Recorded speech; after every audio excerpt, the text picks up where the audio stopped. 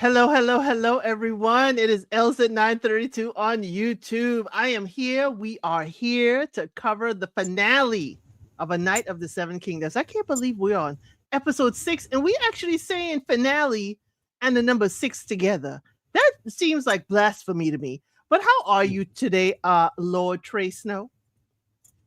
I am well, my lady.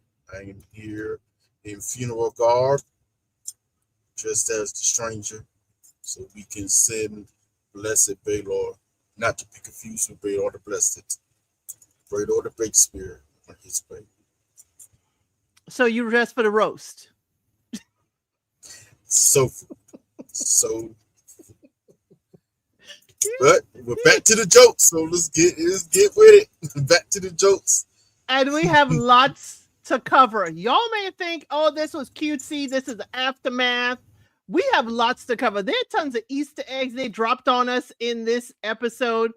And we're going to bring it all together like we always do. Game of Thrones to Dance of Dragons. We're going to bring it all together for you, okay?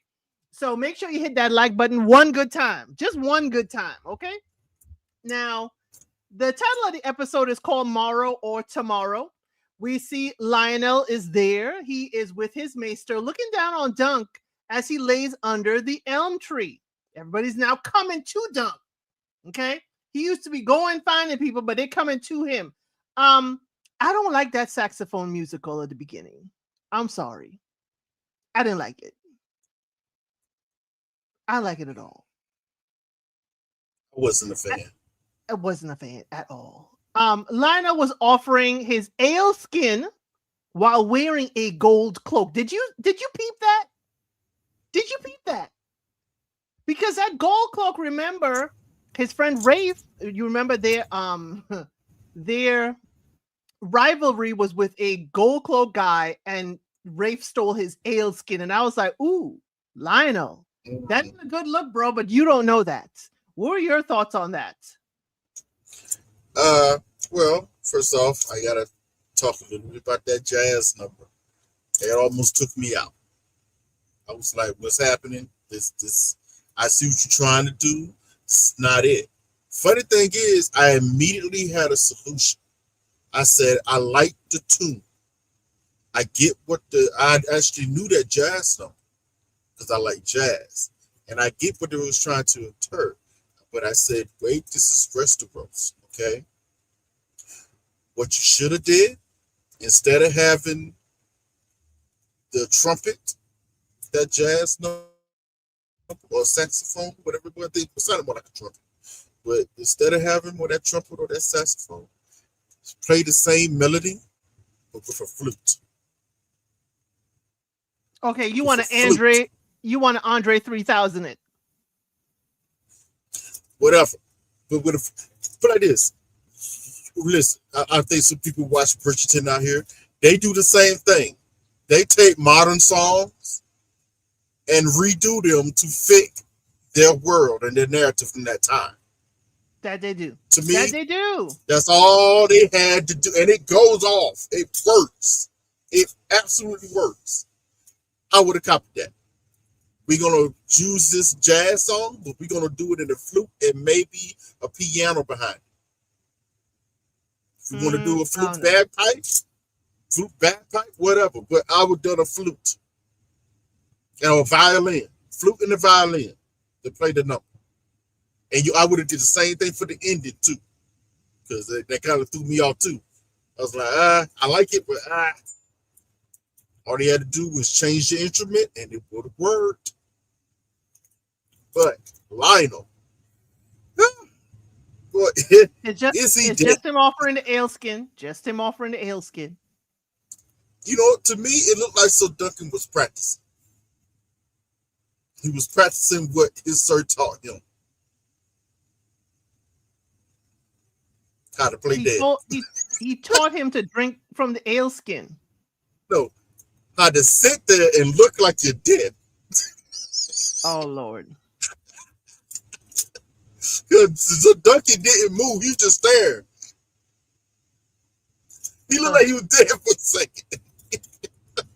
He blinked. Yeah, he had to give up the ghost. He's still practicing. Yeah. Got a little ways to go. But yeah, I did catch the parallel with the Brian skin. I was like, this is interesting, and Old but cloak it was that Lionel Lionel. was wearing. Yeah, it was nice of Lionel to come over with his shipmaster. Try to look at him because I can But imagine he was supposed to get a good Mr. Garwin, but you know, Baylor head brain leaking out. There's more pressing things to deal with. We ain't worrying about this head night. Yeah, right. I, I understand. I understand. I Now understand. we find out that Lionel doesn't want to go home. This has been a wonderful tournament. Wonderful tournament. He don't want to go home because, all he has is responsibilities. Unless Dunk comes with him, then they can hunt, hawk, and have a fun time. But isn't this what Dunk wanted? To work or be under the house of a High Lord? So here's another High Lord. Here's another offer. Mm, mm. The And first one, Dunk is acting like, I don't want to do that. But this also is a parallel to Robert Baratheon, who was the king in Game of Thrones. He didn't want to run his kingdom either. He wanted to eat, drink, and whore. He told Ned, this is why I want you to come run my kingdom so I could just do and have fun. What were your thoughts on those parallels? they was trying to show Duncan's mental state. Yeah, he came into these games wanting one thing, which is what most knights of his caliber, being a hedge knight, would try to strive for. Yeah, sounds like a good plan. Now he's had a little bit of a taste of it. And we're going to see this parallel run itself all throughout the episode. The reality of what life truly is. What would happen if you really pledged your sword to some of these lordlings? What would happen? How would you end up different? Because one of the main key points that even in Lionel's offer, he also offered to finish his training. He said, I will sharpen your iron. Yeah, finish that training off. He can see that Dunk's training isn't sufficient. It needs some work. It needs some work.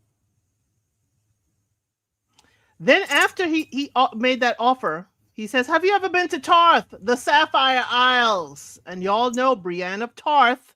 That's where Brienne is from. It's an island off the coast of Storm's End. So they're bringing that part of Game of Thrones. I'm sorry, you were going to say something? No. The Maester said Dunk is dying and beyond his abilities. And Lionel says, an itchy os is beyond your abilities. Get you away from us. Why would you bring him? Dunk needed a whole lot more. You witch. Where you witch? He's so sassy. He says, come to me to Storm's End. I will love you like a brother. So again, he's like making his pitch again. Or he hate him like a brother. That's which seems to be the Baratheon way. Yes. Yeah, Renly and Stannis, we saw that. Love you or hate you like Robert, a brother. Now, I hated them suckers. You're the brother I chose. Parallel. You're the brother I chose. Now, I did like his antler crutches. Now, those were fine. That was fine. I like that. Listen, hey, gotta represent. Dunk thinks that all he brings is pain and suffering to the people around him. And Lionel says the only good dragon is a dead dragon. Now remember, Robert Baratheon from Game of Thrones is Lionel's great-grandson. And we also heard Robert say that when he was sending folks to go handle Daenerys. So y'all see echoes from one show to the next. They're making sure we make the distinction and the connections between, lineage. Now, Dunk tells Lionel to speak with respect when he's speaking of Baylor. Put some respect on his name. And Lionel is not having it. Baylor did not risk his life for you. We did. Baylor was charging against men that vowed to protect him and his family. Yeah, we fought for you. Harding, Beesbury, and the effing Apple Boy. I said, daggone it. Raymond can't even get some respect, and you are the one who knighted him. I mean, like, really? Lionel. It goes back. Years later, he can be like, I know you're not. Same thing. Dunk had an issue with people remembering Sir Arlen. Can't even remember the boy's name. Right. But remember, Lionel also says the gods don't favor a fraud. And that is exactly what Sir Riesling said before this all started when he asked Baylor, hey, is this the right thing for you to do? Are the gods going to favor this? Again, we kind of see is that honorable? Right. But the gods, don't think the gods are mocking him. But the war is coming, Lionel says, and we can be a force. Let's leave after the roast. And we cut to Baylor's funeral pyre. What did you think about that scene? Well, we got to back up one quick second here. Lionel, okay? Listen, I'm not saying he didn't have a point, because I caught what he was saying. He had a point. Okay? He had a point. These are the men that fought for you. They did risk a lot in this fight. 2 of them lost lives. Okay? They risked a lot in here. But to say that Baylor didn't risk anything when the ultimate thing he risked was actually his life was a little disrespectful. It was. Just a tad bit disrespectful. It's truth, though. He thought he wasn't risking much. He thought he could fend everybody off from them, but I mean, really? I mean, it was an unfair fight in Baylor's direction. It should have been. And he was wearing borrowed armor. Well, if you look at that fight, here's the funny thing. They had a game plan, which we didn't talk about last week. That wasn't even the full game plan that was in the book. They kind of left some things out there. But they had a game plan. But even if you listen to the game plan, you can tell that it probably wasn't going to work out the way that they hoped.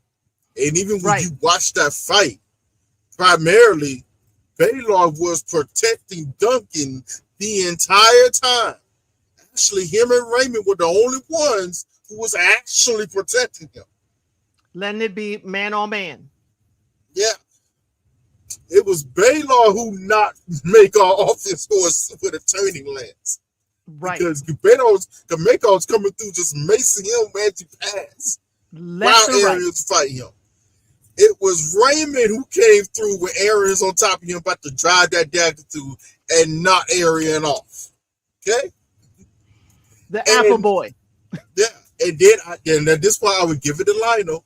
After I saw Lionel, if you stop in a few frames, Lionel was primarily fighting one of the King Guard. Knocked one of them off. That's when he raced over to try and go fight Makar. And Makar knocked him off his horse by killing his horse. And then him and Baylor was holding Makar back. Took 2 of y'all. Yes. Took 2 of y'all. And I'm sorry, Lionel. Makar was giving you the business over there. Okay? He was giving you the business, okay? Giving him the anvil. It took both of them, to hold him back. Okay? Because he was working out there. He had to put in overtime. Darian fell off his horse at the first charge. The King Guard just riding around, just trying to, get in between everything. That's another part not talked about in the story. The King's Guard actually was trying to get in between all of the fights as much as possible to keep the fighting at a minimum. So they was actually trying to help everybody. It was Right. kind of funny, not talked about. But like Lionel, yeah, yes, you fought. Thank you, sir. But you was getting handled out there. Okay. He And then lost his number two, and antler. we talked about this behind the scenes. We gotta he tore that thing off. Listen, we gotta talk about this. I find it so. We talked about this behind the scenes. I find it. There's a lot of George likes to write characters with a lot of hypocriticism, very hypocritical about their own mess. I find it so funny that they're always arguing about Targaryen this and Targaryen that. Ooh, they're mad, this and that third. Let me ask you, I ask you a general question. Do you think Lionel is a man of a stable mind and body? No. He a little loose in his antler. One of his antlers was loose. Okay, like, Robert too. all Stannis. Oh God, we didn't want to just talk about Stannis. And really, for even thinking that that's in the future. That's in the future. Yeah, we got The to lay off of them. Baratheons has a history of being a little cray cray. Okay, they have a God, the joys before I piss myself. Listen, they always drunk, they always partying, and you can make an argument. More than half of them been going a little loose. Is Yes. that because over the centuries they have had dragon blood, Targaryen blood in their bloodline as well? Mm. So are we? You quick to call them mad? Look at yourself, because when you look Yeah, at but your they history, the stags have not been burning people to a crisp or their castles down. I mean, really. you know what? I'm glad you brought that up. I was gonna wait to bring this up. I was thinking, should I even bring this up?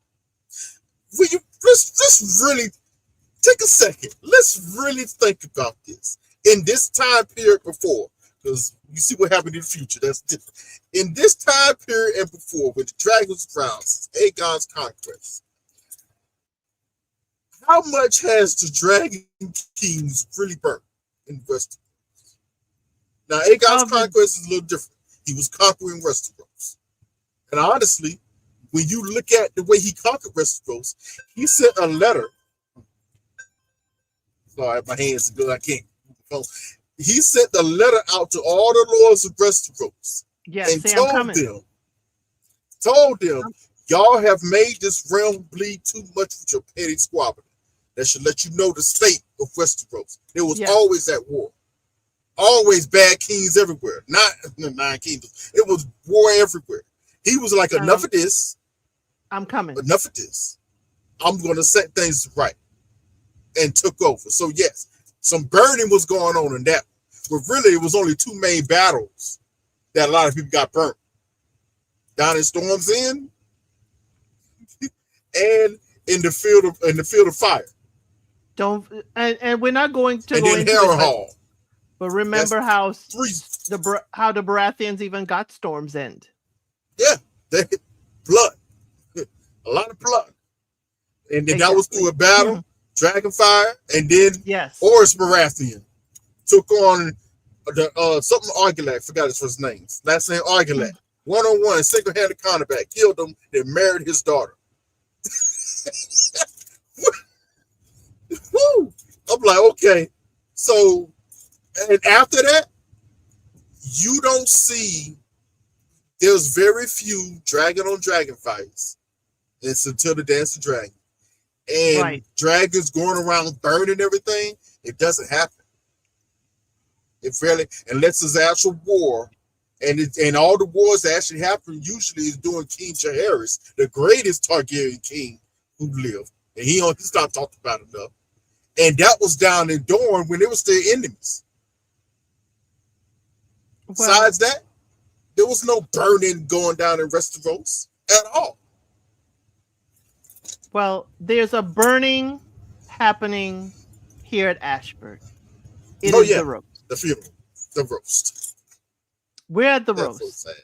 And the herald speaks of Baelor and his titles while the family looks on, and his son Baelor, that's who he borrowed his battlefield gear, y'all. Borrowed it from him.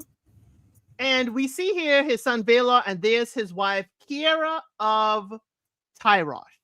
Now, she's got pink hair, and people will pass her by. People will pass her by real quick. Okay. But I need y'all to understand who she is and why her hair is pink. So we're going to go to triage a little bit. Okay. In the lore, in the whole lore, she bore Valar 2 stillborn sons. Okay. And later she married his cousin, Prince Daron. A rumor circulated around that Bloodraven used magic to end her children. Okay. So let me show y'all where this is, where she's from. Okay. Triage in the pink. I put it pink because of pink hair. Okay. That's her pink hair.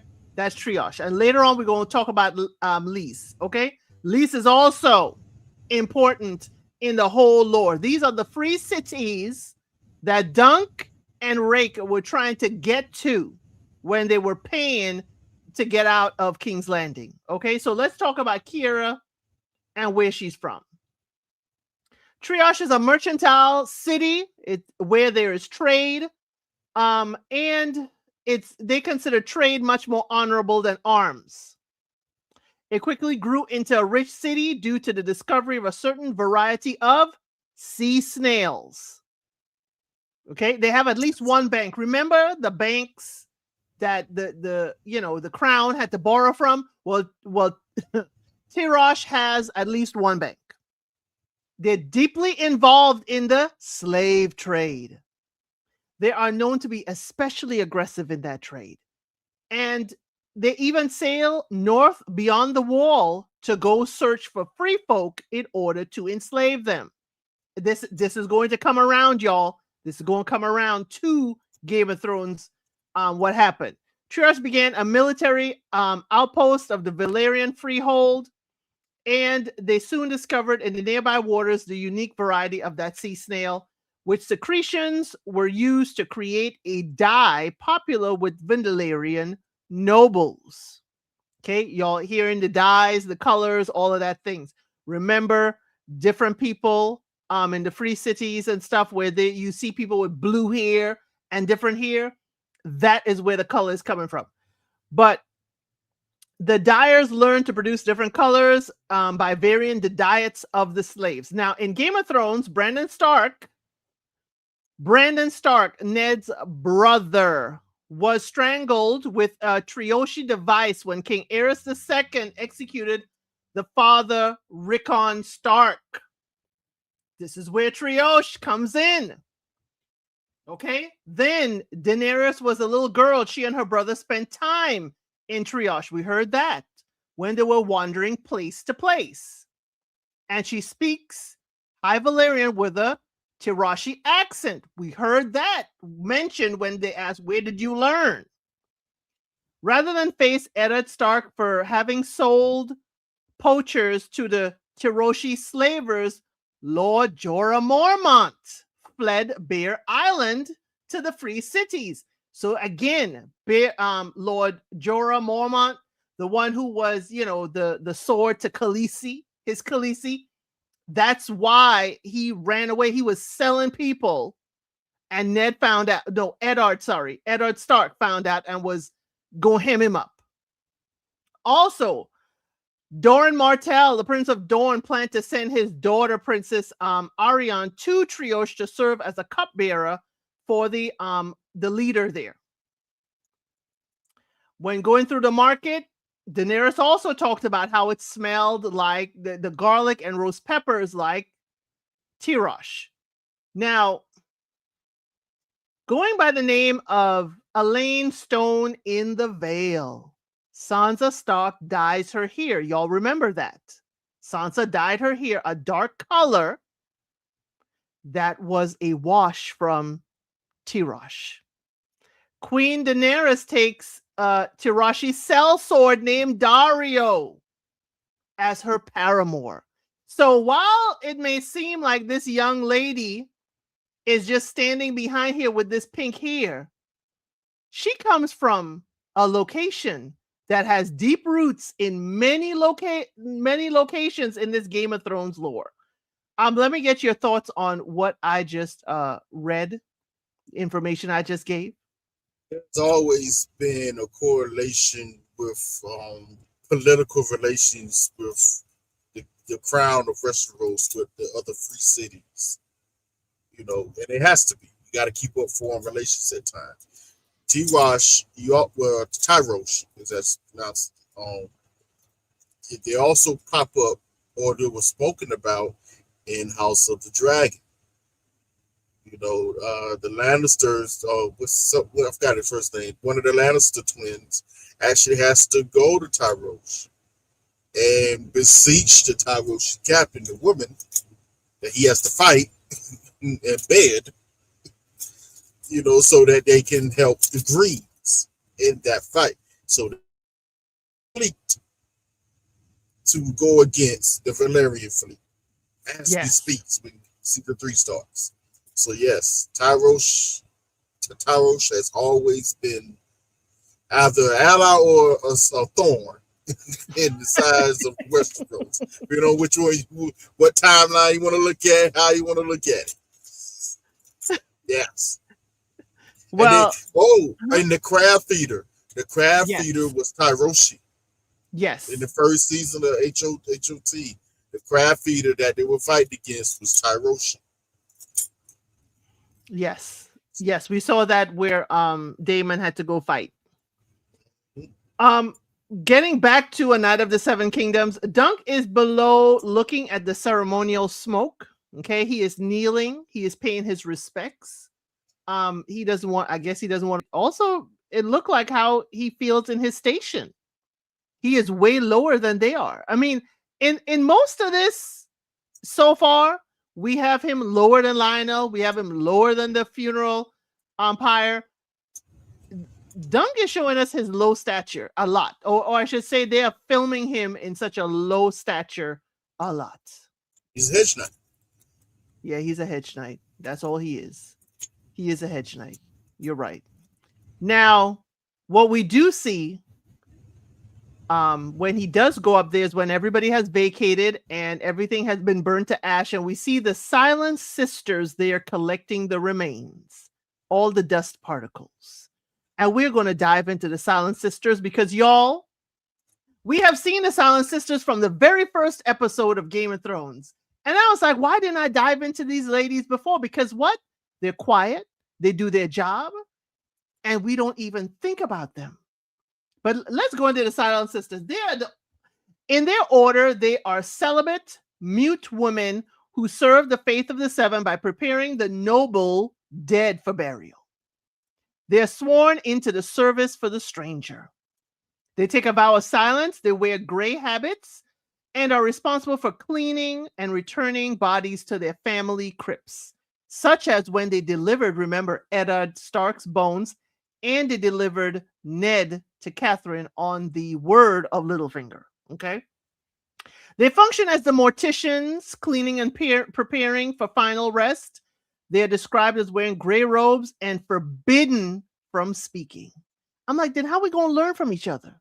But they are often associated with the faith of the seven, but have deep ancient roots, possibly dating back way further back.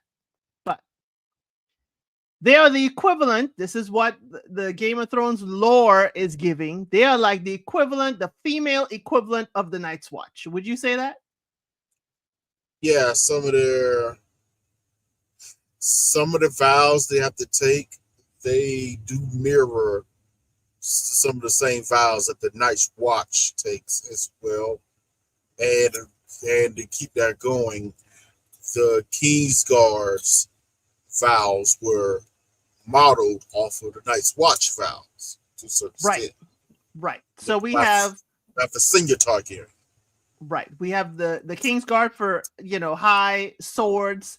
Then we have the Night's Watch for those that are considered lowly and just sent up to the wall. And now we have our Silent Sisters. This is where the ladies come in. Okay.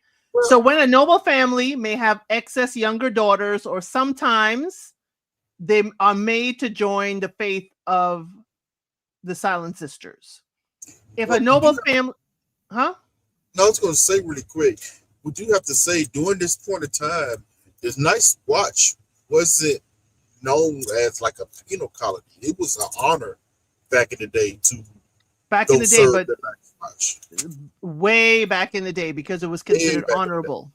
Yes, and Not in Game of Thrones. You should Game of Thrones specifically. Doing this time is still somewhat on. It didn't Somewhat. really be. They didn't really become the penal colony like it is until a certain person named Tywin Lannister became hand and started using it like it was a penal colony. Not like using it like it was. Because he would. That's where he would send a lot of people. Like, okay, I need to get rid of you. So we got to figure out a way to send you to the Night's Watch. Take those files. We ain't got to deal with you no more. You know, that's when it really started getting used that way. You know, not so much nowadays. It was more like an option you could take for certain things. That third. Gotcha. You know. Well, what? Okay. While the Night's Watch is an all-male order, the women are forbidden. And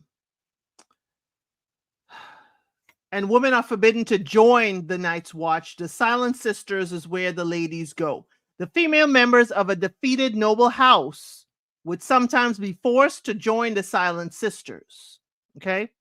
Now, George R.R. Martin has remarked that because these women who commit crimes are punishable by ending, they cannot join the Night's Watch. They are often presented with the option of joining the Silent Sisters to avoid execution.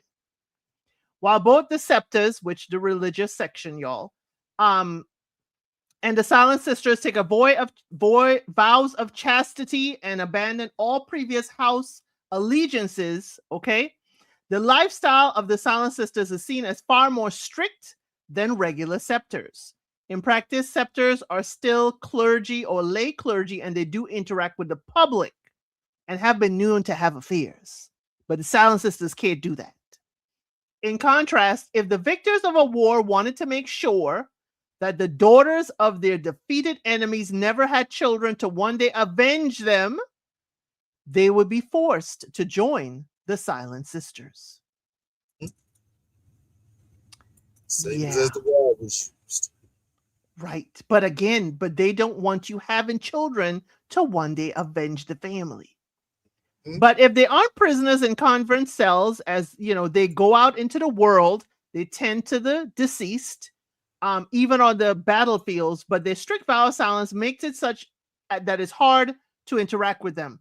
Also, commoners are sometimes able to join the Silent Sisters to escape hardship and hunger, but you know, the order more prefers the noble-born woman, of course, because you know that means sponsorship, whose family grant them generous donations in exchange for the acceptance. Less commonly, of course, sometimes noble women voluntarily join the Silent Sisters out of extreme pious devotion to the faith. Now, it's a rumor that their tongues are removed. That's why they're silent, because they have to talk to each other to teach each other how to do this, okay? But harming a silent sister... Do that? Harming a silent sister is a grave offense. Even laying hands on one is a grave offense, much less violating one. Absolute grave offense. So while not exactly clear, you know, harming a silent sister may carry an instant termination sentence. Go ahead, Trey. Say what you got to say. I can say, do they? Because there was a reason, you know, if you notice in a lot of these orders, there's going to be some similarities in their oaths and how they do things and how they operate. The first time we see the Silent Sisters is on TV is episode 1, Game of Thrones, after the prologue, and Jaime and Cersei are talking, and the Silent Sisters are walking around the bier of the hand of King John Aaron. Those are the Silent Sisters. We don't actually see, we see some of the work of the Silent Sisters when Eddard is talking to them when John Aaron's squire, who comes night and gets killed by the mountain, so Gregor, with a lance to the neck. And we see them at work, sewing them up and getting them ready. for burial and stuff. And he says to Silent Sisters, continue your work, ladies, to do well. This, that, third. But what I mean by this, do they really have to talk? Take Arya, for instance, when she joins the Faces. The things that they do to prepare the bodies for, to remove their faces, whatever, is much like what the Silent Sisters do. It's much of the same. Arya had to learn herself. You watch, you don't talk. There was no talking done as they were cleaning and prepping the bodies for the next stage. Hardly any at all. Maybe some here and there. But it was along the same lines. So, do they have to speak? No, not really. Just watch what I do and copy. Copy paste, copy paste, Yeah, copy copy paste. Copy paste. So you can learn that way. Is there a thing about their tongues getting cut out? It's one of those situations where there's been accounts, even in the books, there's been accounts of they have seen Silent Sisters with no tongues. That's been a thing. That's been confirmed. But there's others that may speak, you just don't know. So it's a back and forth. Who knows? Depending on the Silent Sister. Right. Depends on the Silent Sister. Depends on the Silent Sister. I'm not sure if y'all are making comments. I'm not sure why YouTube is. I don't know why comments aren't showing up. You notice but that? Apparently, yeah. I mean, what's going on? I went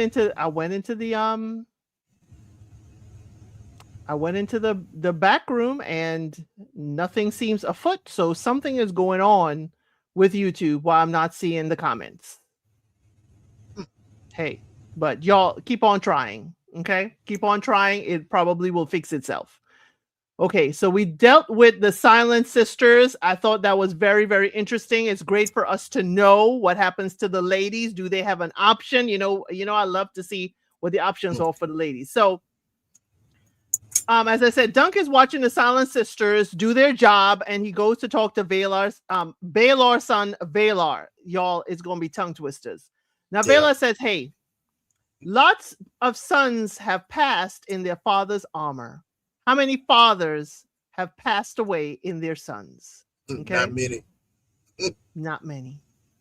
Not many at all. Basically, it's like, who should be burying who? Should a son be burying a father burying a son? Kind of like that, but he wasn't coming there expecting to be burying his father. Okay? But you want to tell the people, you want to insert, well, we'll insert it after. What happens to Baelor? Well, but not yet, because I think they're going to go over that in one of these future seasons. I think they're definitely going to. It has to, because what happens in the future? We're going to get some of this. We're going to get some of this. But okay. I would say this. I understand Valar's grief of the situation and how he spoke to Sir Duncan and asking him, my father had it in him to be a great man and a great king. Why would the gods take him and leave you? And Duncan responded, I asked myself that many a time, Your Grace. And he says, as Duncan walking away, be gone, Sir Duncan, away with you. Now, I find it interesting. I have to say this. Out of everything that happened, I understand Valar's pain and he's been upset, whatever. And that could have went a whole different way. It could have been worse, whatever. But I find it interesting. He was so upset of his father's dying, right? I had to think about it, and something hit me. I went, well, he was talking about how Baelor used his armor and stuff, and that could have been a leading contribution to Baelor's death. It wasn't his own armor. It was ill-fitting. You're supposed to wear padding up under your helmet, and the helmet was too small for him to do so. Yeah. But then I thought about something. I said, Valar, you're a knight as well. You could have stood up. You're your father's son. I'm quite sure when your father came up and said he was about to do this, let me borrow your armor, you let him. But you could have said, no, Father, I would stand in your place. Because you knew what Right. was right. You knew Arian was wrong as well. You could have stood up, but you didn't. You let your father do it. It's just an interesting irony on some of these conversations that's being had. Just interesting irony. But It is very interesting irony, just like the irony of I have been testing this and the comment section is not working. like it is when you go on, like if you log in on your phone, can you see comments then, or it's just not working at all? No, it's not working at all on my phone, through the studio, nowhere. So y'all, we are not ignoring comments. I don't know why comments are not being shown. I am getting, even in the studio, I'm getting rejected comments, but when I go to YouTube directly, my comments don't even come up. So I'm sorry if y'all are having comments. Please make sure you put your comments in the comment section. We will cover them and come to the comment section after the live. But I don't know why this has happened. This is one of those technical difficulty times, and I hate that it happened on the finale. Okay, it's the guys of the seven. It's their fault. That's why I follow the North. Us old guys all the way. We don't have these issues up north. Now Dunk is walking through after he was told be gone by Valar. Dunk is walking through the area and everyone is kind of looking at him. Okay. And I have a little photo, but he's called out by his friend, by his bromance. Okay. He is called out by Raymond. That's a true friend. He's called out and say, hey, come on over. And Dunk feels like everyone blames him for Baelar's passing. And Raymond's like, I don't. And hugs him for a very long time. Now, there are two things in this photo I wanted to show y'all. One, Dunk is using that horseshoe to hold his belt together. That's what horseshoes were used for, y'all. If it wasn't on a horse, it was used to keep your rope belt together. Okay? And that hug with Raymond. It was sweet. It was. I mean, Dunk had to push him off. I mean, you know, that's how it go. You know, sometimes, you know, something going on with your bro, death in the family. It's time for maybe a half hug, a full hug, like, you know, and you hang on to that for like, you know, good 30 seconds to a minute. Then it's like, all right, bro, all right, you know, all right, you know. But it's understandable. Y'all just came through a fight together. Death happened. It's kind of serious, you know. Hey, bro. Hey, he needed a hug. So Duncan needed a hug. Like, hey, please, man. He needed a friendly face. Okay. He needed a hug, you know? And we're going to talk about friendly faces. But Stefan apparently took Raymond's big old tent because Raymond betrayed the family by abandoning him. But Raymond was on the winning side. So I really don't know how Stefan thinks he betrayed the family. Well, technically it is a yes. Raymond was his squire. So wherever he goes, he's supposed to follow, regardless. And his cousin. So it's like, yeah. So I can see him telling everybody, oh, nah, Raymond's a traitor, blah, blah, blah, blah, blah, blah, blah. Yeah. Yeah, you know. Even though people that was there, you saw that mess. Like, come on, really? Really, for a lordship that I'm not even sure you really got? Right, for a lordship that was promised.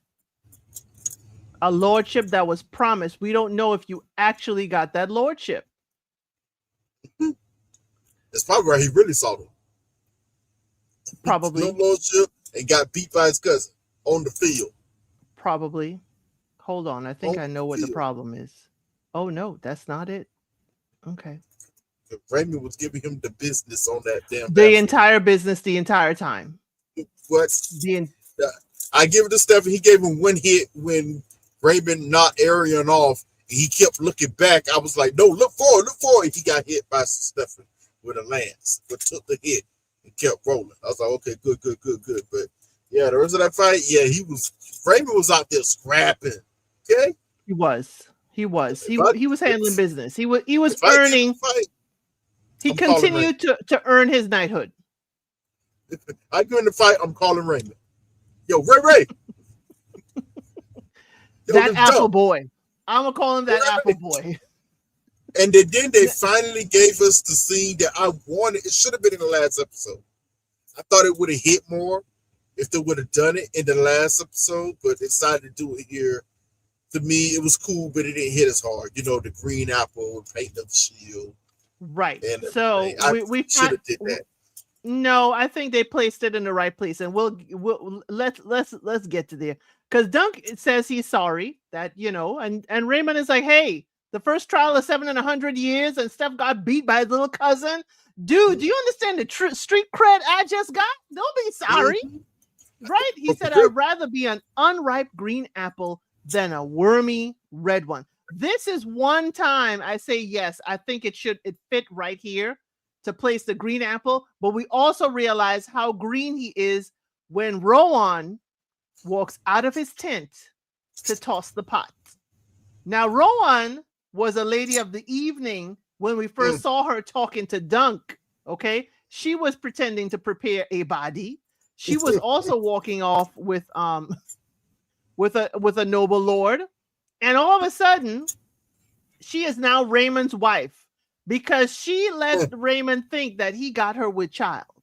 That's his baby. So he is green, baby. Trey. He is green. That's Manfred's baby. He got wrist of roasted cockle. Let's just keep it real, okay? Like, bruh, you know what? I gotta be honest. I'm on the fence. I kind of get why Duncan didn't say anything, but on the other hand, duh, you probably should have. This your boy now. This is supposed to be your new boy. You probably should have said, "Hey, I gotta hide you, bro." What? Hey, but your bro is happy. You know what? And you know what it is? It's how I rationalize it in my mind. Technically, he met Red, who turned out to be Rowan first. Remember, he meets her first. Actually. So technically, it's like, I met her first. She was the first person to halfway be kind to me. After she roasted me a little bit, but she was somewhat kind to me and gave me some sage advice. Take care of your body night is the only one you're likely to have. Yeah, that proved to be true because it does prove to be true. It does prove to be true. So it's interesting, but when she came out that tent, I went, oh no, please tell me. I was like, okay, he got him a little son, but that's cool. Duncan was like, what? Okay. But when he said he got married, I went, huh? No, don't do this. But do it again. Hey. He didn't save his boy. He didn't save his boy. I mean, what does that say? Hey. But your boy is happy. Your boy is happy. That was the point, I think. He looked happy. He was all smiles. Yeah, you know what I'm saying? And she was polite. She said, "Pleased to meet you, Sir Duncan." Because when we first like knew it was each the other, first time. Like it was. It is the first time because this is the first time I'm Raymond's wife, and this is the first time you are Sir Duncan. Okay, don't do that. Don't do that. Don't do that. Nah. I ain't let you get away with that one. Nah. Your boy married the hoe and you let it happen. This is what this is. Okay? Ooh. Because Lord forbid, if he come to find out that, okay, she actually was the lady tonight, and then you find out your boy knew and he didn't say nothing. He don't know her. He just know of her. That's even worse, okay? And you ain't say nothing. Nah, bro. Nah, but you know what? I think Raymond gonna stay loyal to her. She's gonna give him, at least the first one, sons of somebody else, but then sons afterwards. But that's old boy's son. That's Dundarian. That's a Dundarian child. Okay? Here's how things, how they got together. He, since he's a newly knighted knight, okay? He has no squire, and she offered to help him out of his armor. I need some help too. Are there any Lady Rowans in the crowd? Lady Rowans in the crowd? I do not need a lady of the night. You know what? Let's get real. If y'all listening, we can't see your comments. It's okay. Listen, to go to Africa, listen, we go back and forth. But listen, I think you should help my lady. All right, I need some help. I need to listen, assistance. Okay, Oh my gosh. can Oh my we can gosh. start a whole new house. We good out here. Okay. Okay. You calling out to go to Africa. She gonna have a comment. She gonna have a comment, regular comment section for you. I She can't gonna wait. have something to say. I can't wait to see So it. she says she's with child and it's their first child and it feels like a boy. Okay. Now Raymond is basically about to change the lineage of his household because his heir is gonna be anything but a green apple. Okay. Anything but a green apple. But the Targaryen guards roll up and say, "Come with us, Sir Dunk. Makar demands a word." And Raymond, it got his boys back. Oh, no. What you not gonna do? What you not gonna do is call my boy out like this. Yes, we are. And Dunk says, "Hey, it's okay," and walks behind him. So Raymond got his back and Duncan got his. But, we'll save that for another time. Man, man, that thing hurt me. She was nice though. And you know what it She is? was. She is. You know what it is? That's the main reason. Okay, he met her. She kind of gave him some smoke, but he was like, "Well, why are you so rude to me? I'm only been kind." And she softened up. Every time he saw her after that, she was always trying to give him a little bit of help, a little bit of tea. Hey, do this, come back this time, or do this, whatever. Just be careful. This. You know what? We good. Rowan is good in my book. She need to step up. Be a lady. Be a lady. And she also cheered Dunk on from the stands. Okay, She was great. Right. Yes. So next up, we see Dunk and Makar. Ooh, that's why she had to go get with Raymond anyway. Raymond. She did that, and Sir Manfred looked back. It was like, "Oh, really?" She had to get a new job. No, she had to get a new sponsor. She's still on her job.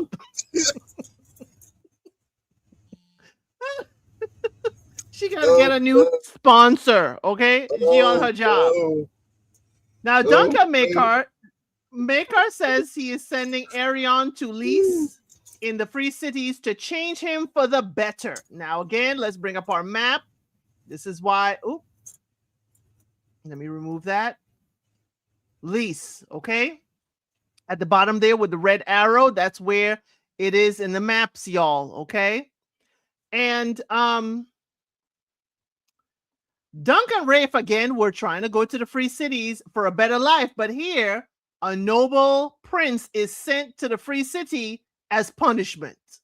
Y'all see the difference in how these Free Cities are being used by the people in Westeros. So Lys is a port city with no established faith, deeply involved in the slave trade, with slaves outnumbering the freeborn. Basically, like one of them places Daenerys freed the people, okay?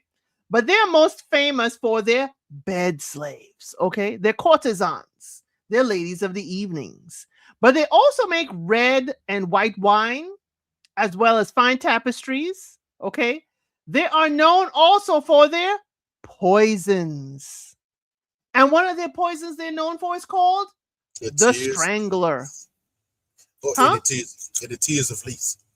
That's what I was going for. The Strangler and the Tears of Lys. Now, here's where we go into it.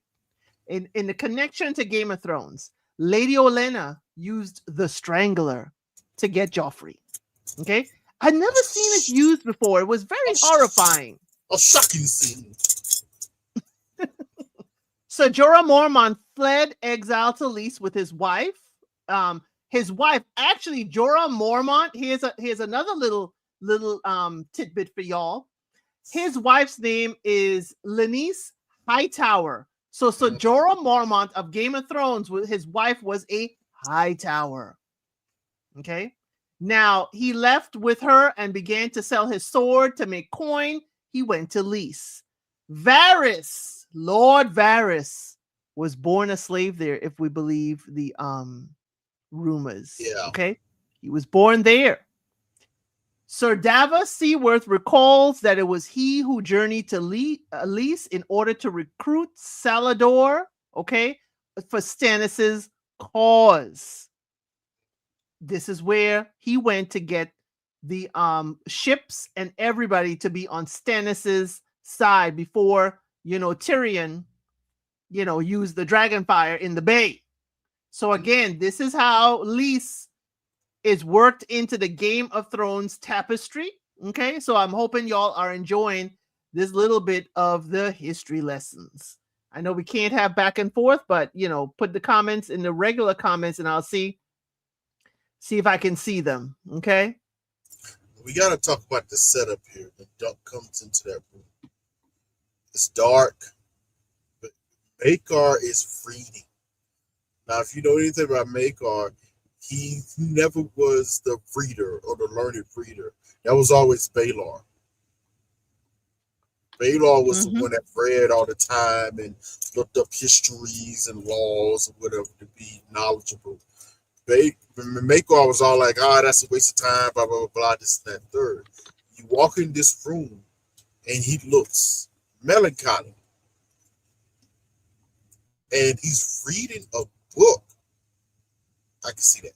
He's reading a book of all places, of all things.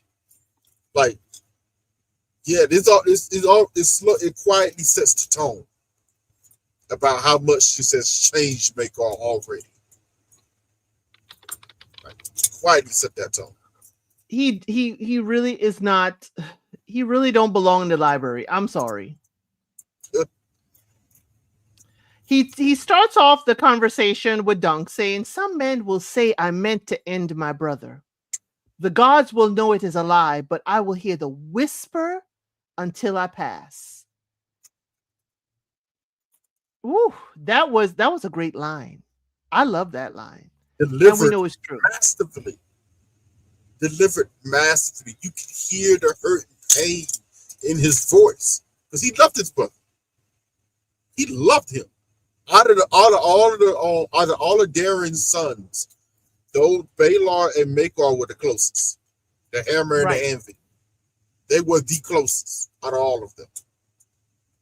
You know what I'm saying? So to lose him that way, and from a mace hit that you gave, right? Because you just swung out because you're trying to get at the son that was lying to all of y'all that yielded.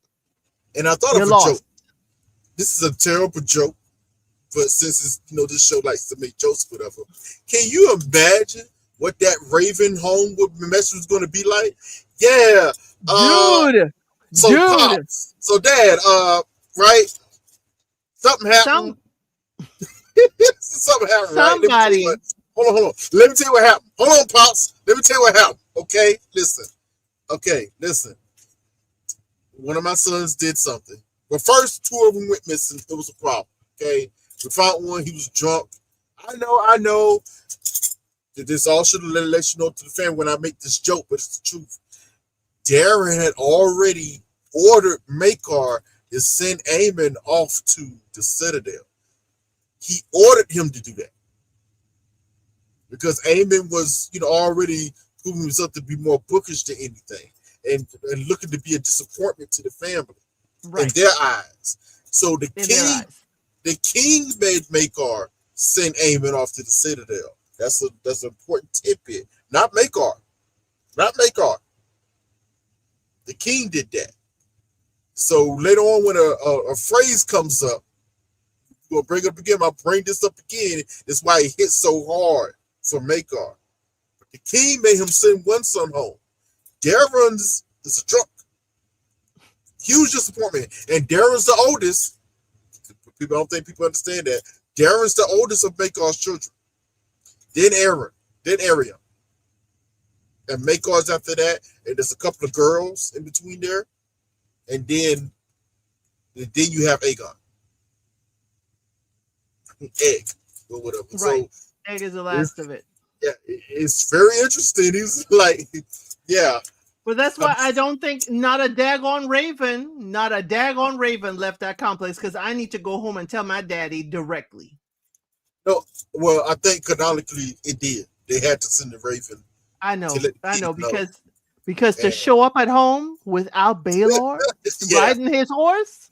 y'all left together. Why y'all ain't come back together? You got to explain to the king that his son and heir is dead. Son, heir, and hand. By your mace hit. Wait, what? Now, You a kin slayer. the only thing that smooths this over is the fact that this was a trial of combat of sorts, a trial by 7. So there ain't too much you can really do about it. It's And then like, you send in one of your sons to lease. You sending them to a free city? he might be okay with that one. He might be okay with that one. That was good. That was good. Send him off. Yeah. Get rid of his. I told you years ago he probably should have got rid of that one. Because he's been an issue to this kid. Okay? Get rid of his pup behind now. But now I gotta find a new hand. Well, yeah, he does have to find a new hand. He already got a new heir. Right. That's the law. Baylor. That's automatic. That's automatic. But yeah, you got to find a new hand now. So Dunk assumes that he's guilty, and he will also hear the whispers as well because it's, he was fighting, Baylor was fighting on his side. Mela said, when the king passes and things fail, the people will say Baylor would never have let this happen. But the hedge knight is the one who ended him. And that's not fair. It's not.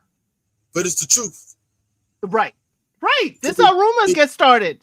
They do it all the time. Like, let's be honest. That's why I brought up this whole idea between Baratheons and everybody thinking Targaryens, this, that, and third. Like, be honest.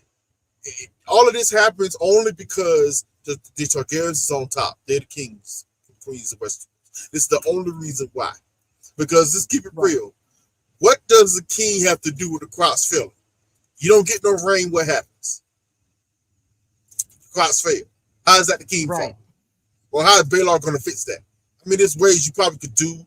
Send some, maybe, hey, we could send 1,000 barrels of water to your farm and to reach you, whatever. Then maybe that'll help out or whatever. But let's keep it real.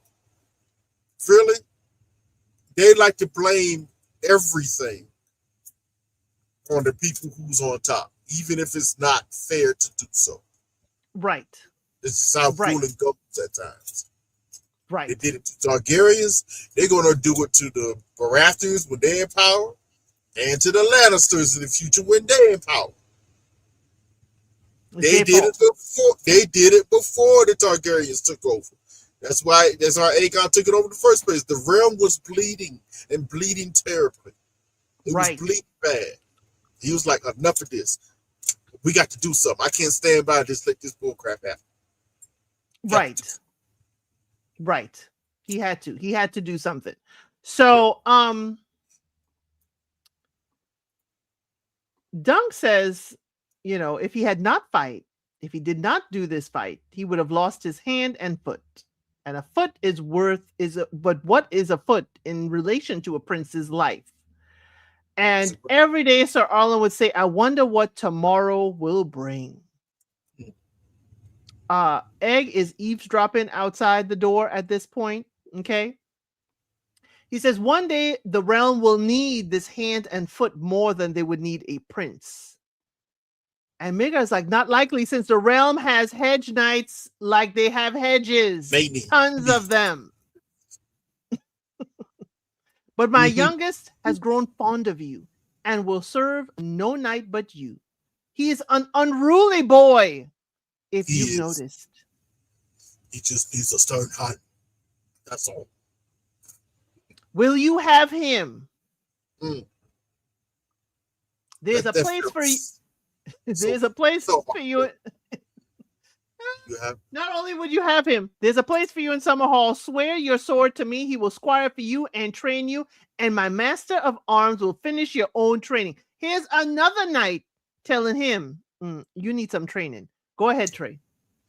Now, this is where I have to, I'll be honest with you, take myself out of the story. I ain't gonna lie. I'm going to Summerhall.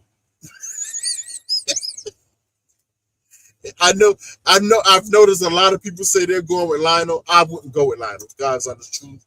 Because Lionel's cool, Lionel's great for parties, but Lionel will get you behind in trouble. For real, for real. You think the Targaryen will get you, no. Lionel the type of guy to get you in real trouble. And what I mean by real trouble, we kind of know where Lionel is going, where he's headed to, he's been angling, he's been dropping hints like crazy.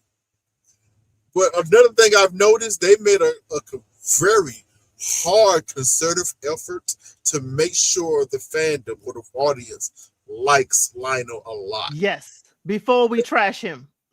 Before he starts doing some real stuff, they're going to make it hard for you.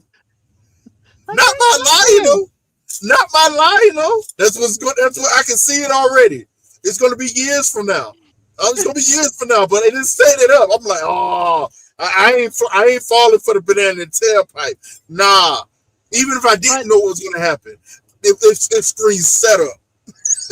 But Trey, remember, they did this to Robert to us. Yes. We liked Robert. Find the breastplate stretcher.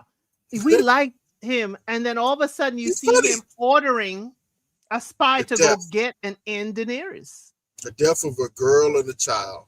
And Ned was the only one. Like you said, Ned, you the only one that can stand up and tell me the truth of the matter. Right. Like you the only one. All those lick spittles. I love that word, the lick spittles. All of those lick spittles in there. Only you, Ned, were the only one that was man enough to be like, no, this is wrong.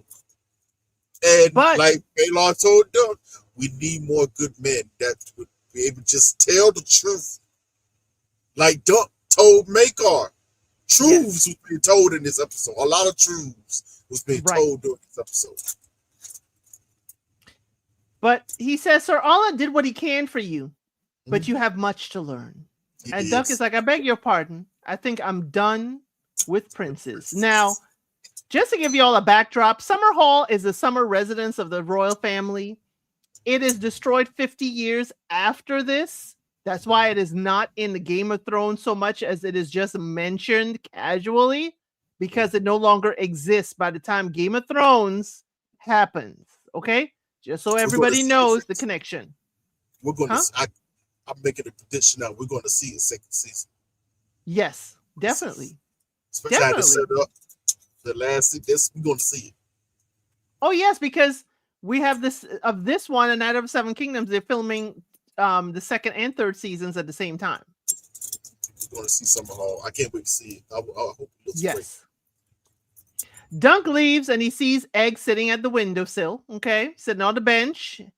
And Egg lies when asked if he was spying. Y'all put a pin in that because Egg is still lying to Dunk. Dunk said, I can't. Said, maybe you are what? Come on, Trey. You know you got the voice. You're not the knight that I thought you were. I thought you were going to give me the Egg voice. Oh, maybe you're not the knight that I thought you were. Thank you. The first he goes, Sir, are you hurt, sir? Sir? I can't, Egg. I just can't. The Dunk knows he was spying. Look, he was spying. I knew he was spying. But sir, no, I can't, Egg. Maybe you're not the knight I thought you were. And walks off. I was like, you little shit. Grab his little ass right then and there. I wanted to grab him like you little bullshit. Let's be honest. You caused a lot of this bull crap, okay? Because of your lie. And a lie by omission is still a lie. Okay, stop the cap out here. He's cute. We love him, but he's a good boy, but he has a lying problem. Yes, he does. And he kind of has another problem. He a little murderous too. But we'll get to that. We'll get to that. Okay, we'll get to that. That was a moment. So Dunk leaves. No, Egg leaves, but we get a flashback of Dunk and Sir Arlen. Sir Arlen says, when the lords call their banners for war, it is customary to nail a penny to an oak in the square. And if we return, we will take it down. And in a few years or in years to come, it has gotten hard to find a new spot to put your new penny. that means a lot of soldiers have not come home. A lot. A lot of soldiers that put a penny up have not come home to claim the penny they posted. But Dunk asked, why did you never knight me? Did you think I would leave you? I would not. There has to be something else. And Sir Pennytree looks like he passes away under the tree.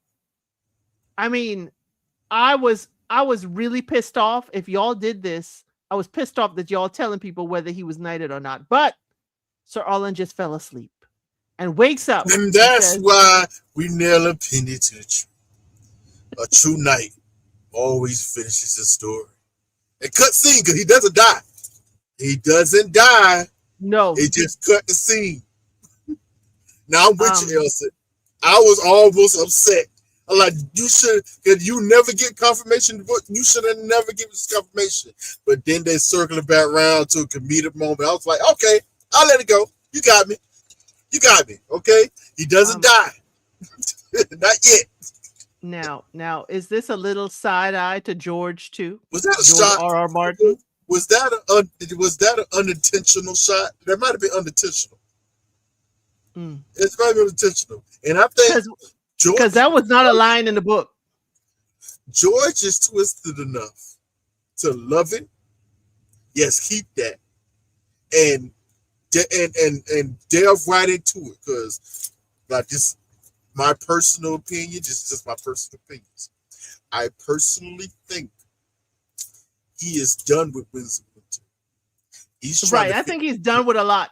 Yeah, he's trying to finish a Dream for Spring now.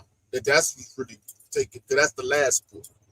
But he sees her squirming. And he loves it. And he'll let it keep on because it keeps him in the line. Like, he loves it. He loves it. He loves it. He absolutely loves it. Now, he loves this ish. Now, to move, because we have a lot to cover. Yeah, let's get it. Dunk and Raymond are in a tent drinking, y'all, and folks are toasting to the Harding and Beesbury. You know, this is basically a wake. So, Dunk is actually going to the other funerals, okay? We do see bees. Bees are used around the coffin of Beesbury. They're creating a hive with the coffin. And the kids are playing, huh? That bee magic. Right. The kids are playing around saying, do you yield, Dragon Lord? Now, this is where Dunk legend starts. The kids are already playing.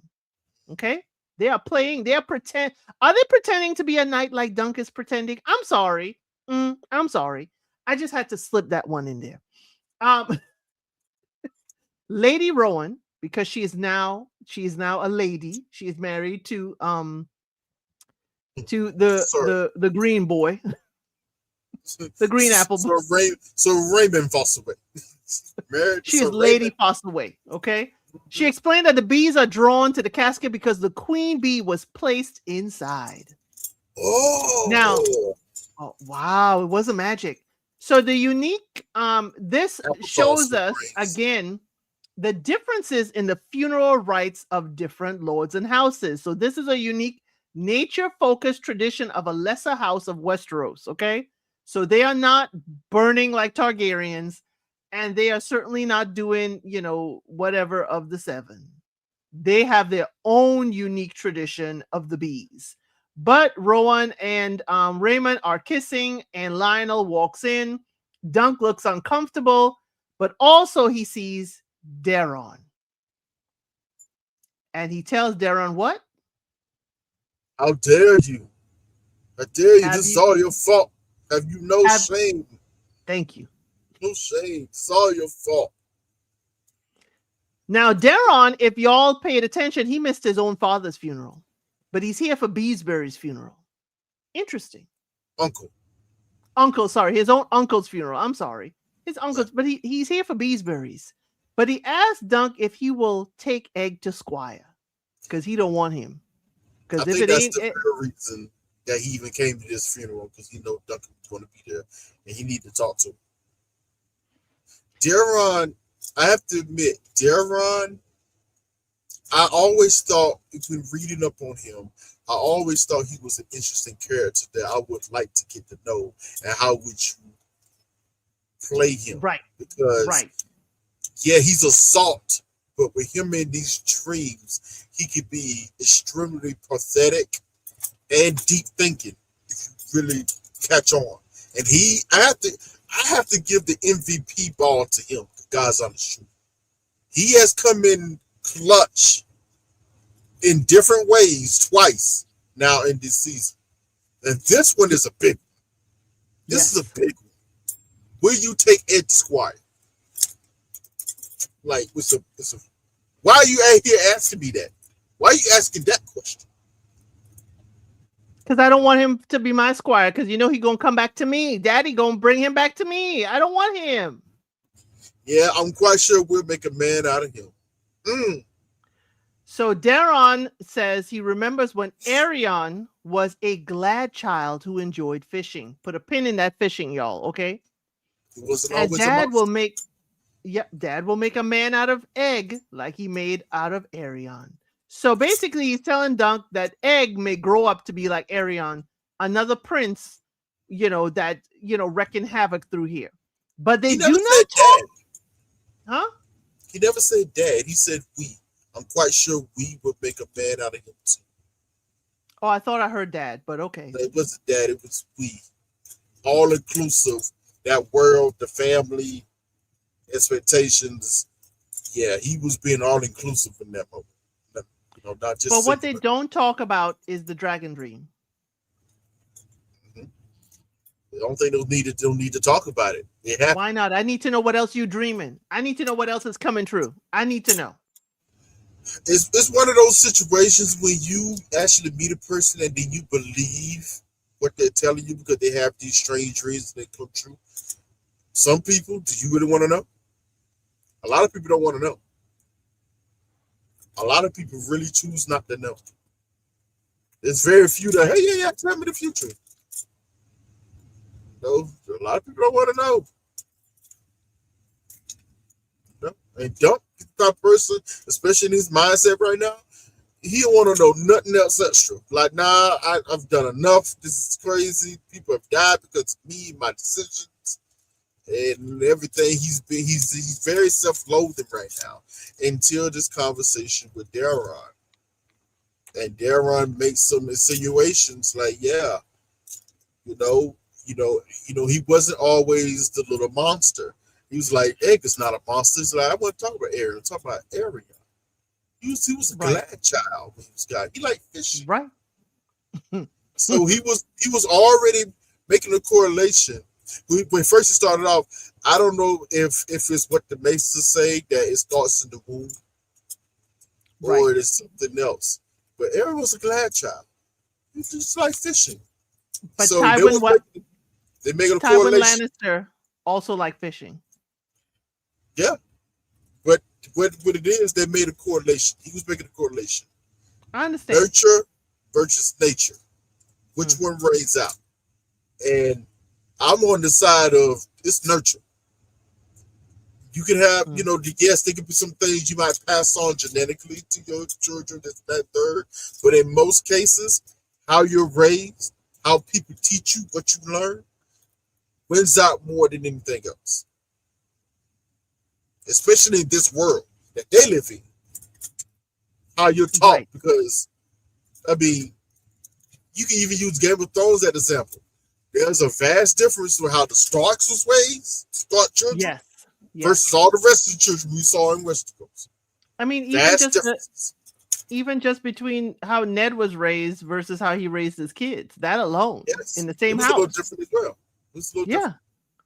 So we do see Egg in his chambers. He has a fish with a dirk in it. Okay, Arion, remember, liked to fish. Okay, y'all, he liked to fish. And Egg takes his little knife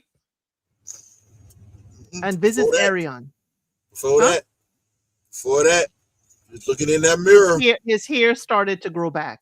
He started to see little fuzz. Remember he said, he's like, Arion asked him, what happened to your hair, brother? I shaved it off. I didn't want to look like you because they rumored to look very alike. Right. So he saw that hair growing back. Oh my God, I'm turning into Arion. And then the music started going horror kind of music. I was like, oh, what's going on here? And it kept flashback to the knife. I said, uh-oh. The knife was missing. When they showed the fish the second time, the knife was missing. And he was paying Arian a visit while he was laid up in bed from his injuries from that fight. About to finish the job. Now, not only that, Egg was, not only going to finish the job, but remember, Arian used to threaten Egg that he would make a sister out of him so he can marry. But he ain't got to worry about that because Duncan handled that on the field. He got that laid back. That was the straight up in him. Okay.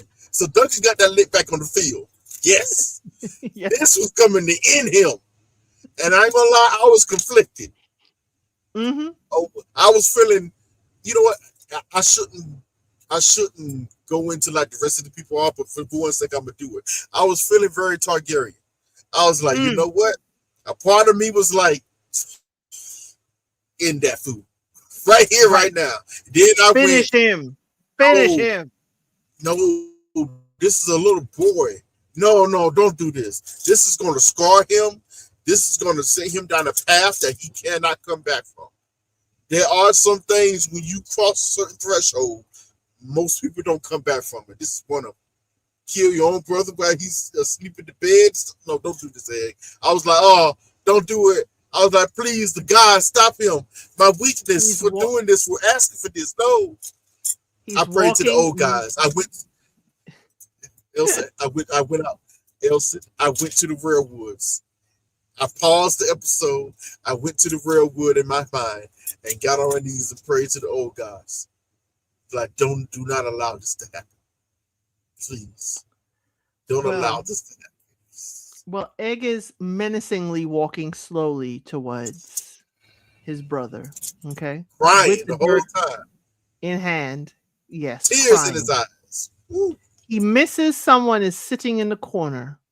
His father is sitting there and clears his throat just a little bit for him to notice him. And Egg freezes. Okay. He drops the dirt when his father puts his hand on his shoulders, basically telling him, don't be a kin slayer like me. It's a silent, no words are spoken, nothing other than the clearing of the throat a little bit by Maekar. It's a silent but moving scene. I also think this is one of the few times Maekar has shown tenderness to Egg in this moment. Right. Because the way he finally drops the knife and he leans back against his father. That was a powerful scene. It is. And Maekar is just looking down at him. And I can see look on his face. Gosh, what am I going to do? Right. What am I going to do? My boy. All my boys. It's crazy. So the guard comes and says, Sir Dunk requests an audience. What? It's the gruffness, man.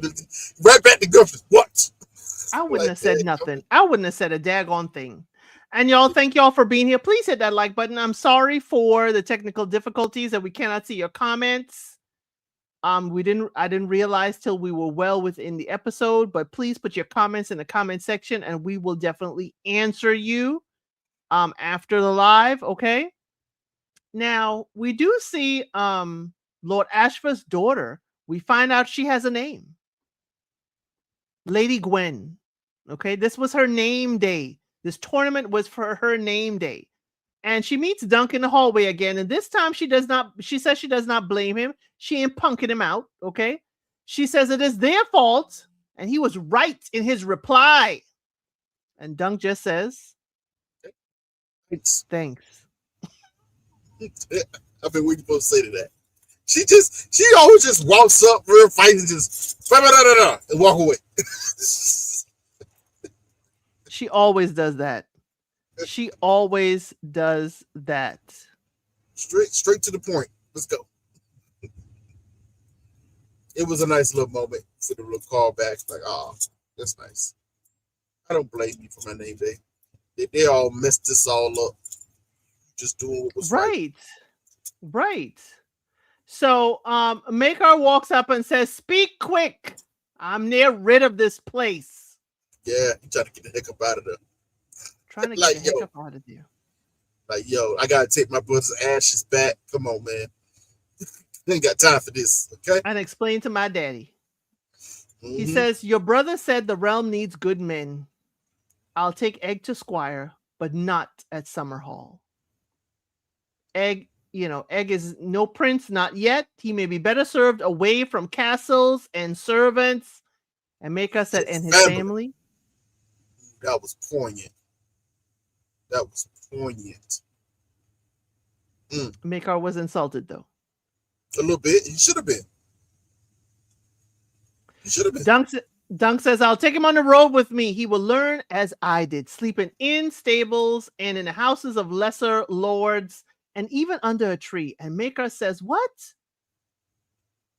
I forbid him to live as a peasant."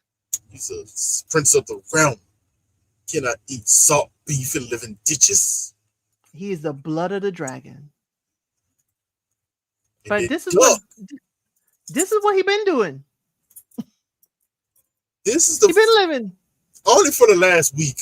It's only been a week. It's only been a week now. Mind you, this whole season lasts about 4 days, 5 at the most. This whole 4 days, 5 at the most. Okay, a lot has happened.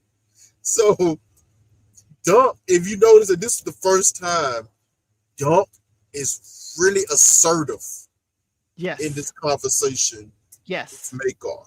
This is the first time he's been so assertive, like to the point that no, Daron, which is a little change from the book because he was a little more meeker with talking to Makar. I kind of like this little bit change, making him a little more assertive. He done been through some things. It's like, nah, I got to stand on this.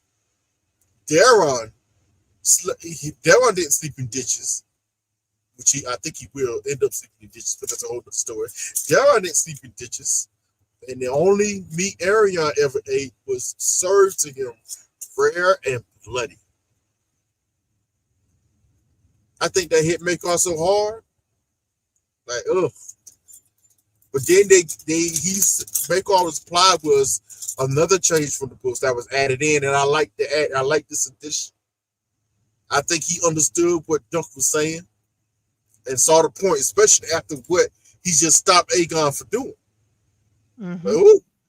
Because he's about to have a bloody meat. He's about to eat something rare and bloody. And he walks up to him and he just talks to the side. He's my son, my last son. That's what he said. He said Daron never slept in a ditch and Arion ate rare bloody beef. Okay?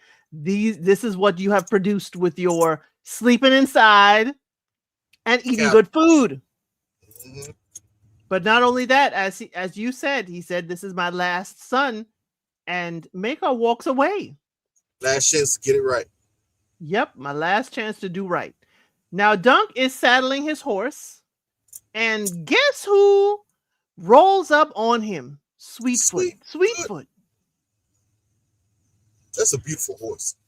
Absolutely beautiful horse. I don't care where y'all found that horse. That horse is actually named Sweetfoot. Y'all better not tell me that horse is named anything else. That is a beautiful horse. And Raymond walks up, says, "Hey, an old friend to brighten up your day at Storm's End. Since I heard Lionel made you an offer." So people is whispering. But Dunk is amazed that Raymond has bought him a horse, and Raymond, "Hey, I don't know. I'll probably just build out the cider business with my dad. And you should have the horse back." Because y'all remember, even in all of this, there was no tournament won. Dunk hasn't had any money. Nope. Broke. Came there broke, leaving broke. I'm telling you, it's crazy. He came there to win it all. And he fought in a battle of the seven, first in 100 years. He's still broke. He lost out of the money he could have won with the bet, which I don't think he was never going to do in the first place. But, No, he wasn't going to do it. Like, he just came there to win, He did win, but he didn't win no prizes. He won some infamy. He definitely won some infamy. Right. But Dunk says Sweetfoot is not mine anymore, and an orchard may be best suited for her. Remember, Sweetfoot is Sir Arlen's horse, and Sweetfoot is older than the other two horses. So he's basically saying this horse needs retirement. So Raymond, are you sure? She's a fine animal. She is. And feeds her a green apple. Now, the significance of this green apple, y'all. Again, remember when Doug sold her, what did he say? Give her some oats and what? And an apple. And an apple too. And I'm just going to let y'all know, Raymond does eventually become very successful, okay? He becomes a very rich Fossaway. He and his new wife do a lot of great things with this green Fossaway lineage, even though she having somebody else's baby. They certainly got some sour ciders. Some sour ciders. They become a force to be reckoned with in the whole Fossaway dynasty. I'm just letting y'all know. Raymond started off, he knighted at the Battle of the Seven. He has his own legend. Okay. I think we'll see him again. Yes, we will. We'll see him he was hugging on too tight for us not to see him again. Yeah, man, that's my boy. It's gonna be one of those stories. Hey, man, you remember back in the day when we met in Ashford? That was crazy, right? Man, good old times. But remember, Raymond wasn't Raymond become one of the King's Guards? Eventually, but that's years and years later. So we do end up being together forever.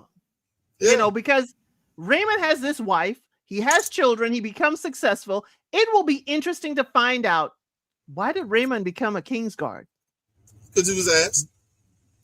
I know, but he leaves his successful family. Well, you're right.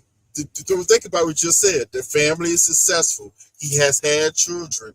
I don't know if Rohan is still alive during that time. Right. That's a little up in the air.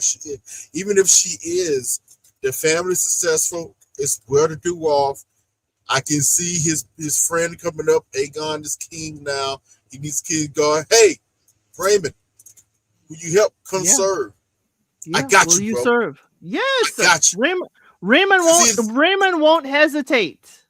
Yeah, he'll be older too. So they I think he if I'm correct, Aegon has not the oldest, but a lot of his King Guard knights were a little up in age. Not too many young ones. Right. Because he only used men he trusts. Yeah, there was seasoned men, and we do meet 90% of them along the way on this journey that we're going on.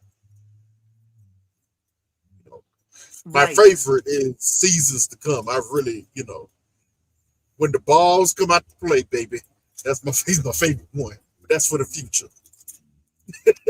But in the meantime, Dunk is sitting under the tree, and he eventually beats a penny into the tree.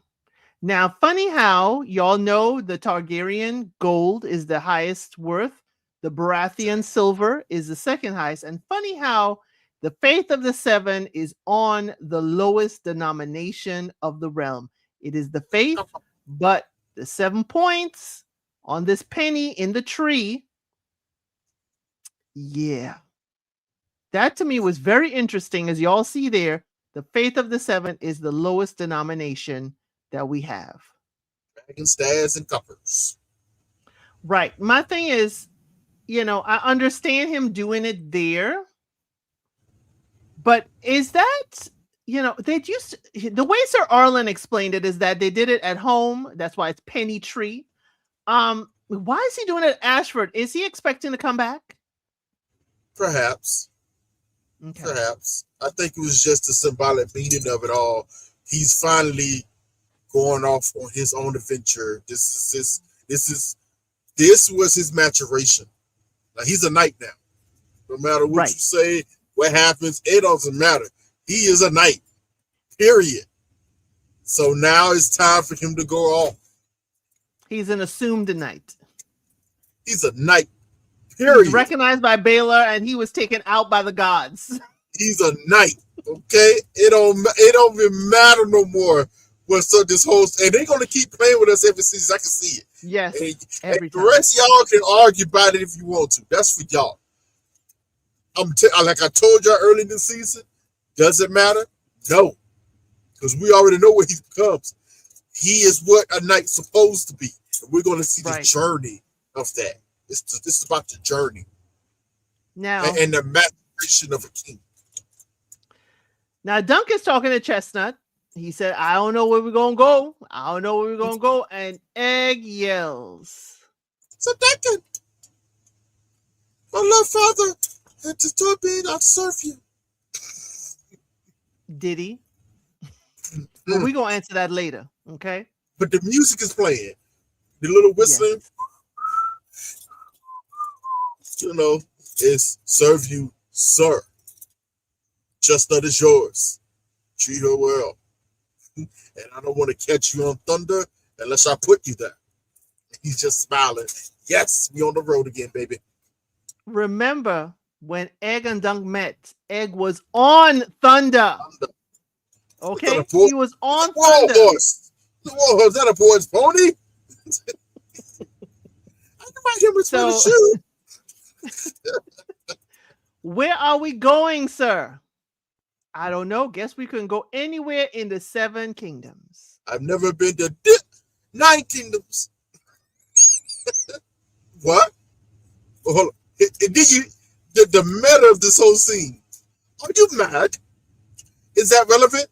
Is that relevant? Really, Egg? Really, Egg? Wow.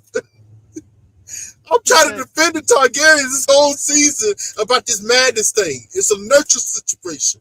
And I can count out on the hand that up until this point, there's been 15 Targaryen kings. Okay? There's been 15 of them up until this point.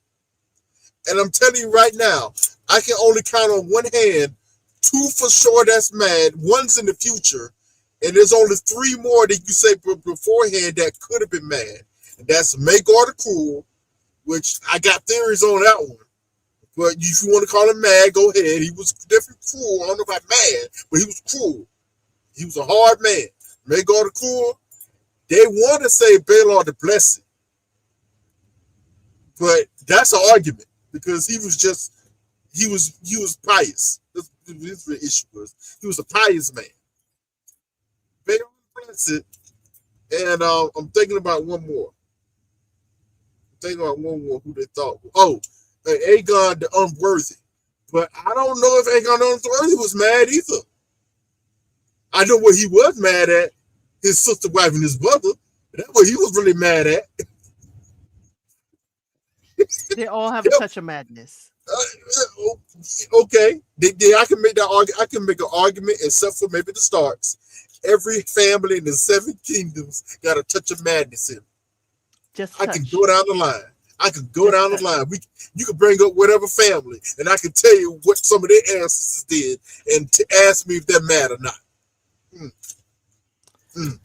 He says 9 kingdoms, sir. There are 9 kingdoms, and he lists them all. He's like, but everybody's told that there's 7.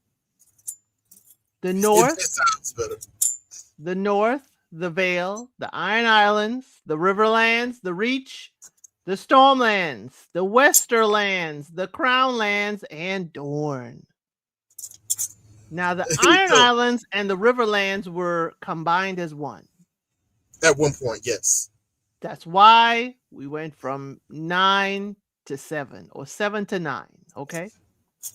Well, it was 9, and then it was 8, because the Iron Islands conquered, you're right. It was 9. Actually, it was 8.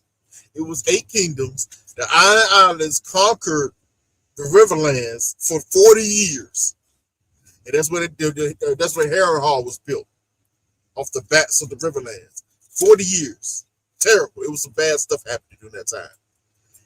Then Aegon the Conqueror came from Dragonstone, conquered Westeros, and a part of the land that belonged to the Stormland, and half of it that belonged to the Riverlands turned into the Crown Lands.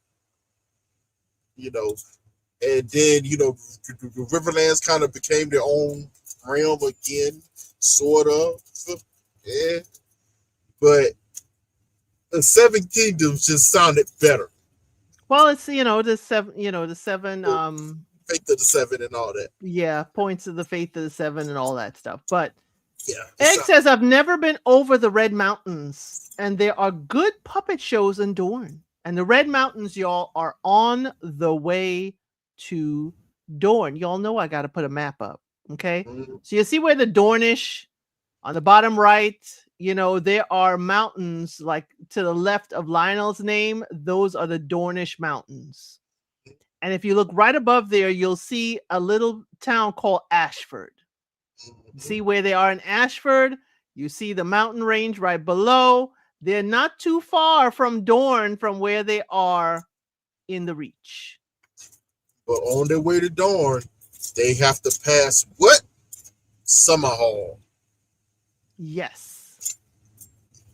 So we'll save that. We'll save that for when we get to the ending. Okay. When we get to the ending. So we are trying to go to Dorne too, because remember, Tanzel, the puppeteer, ran back home to Dorne.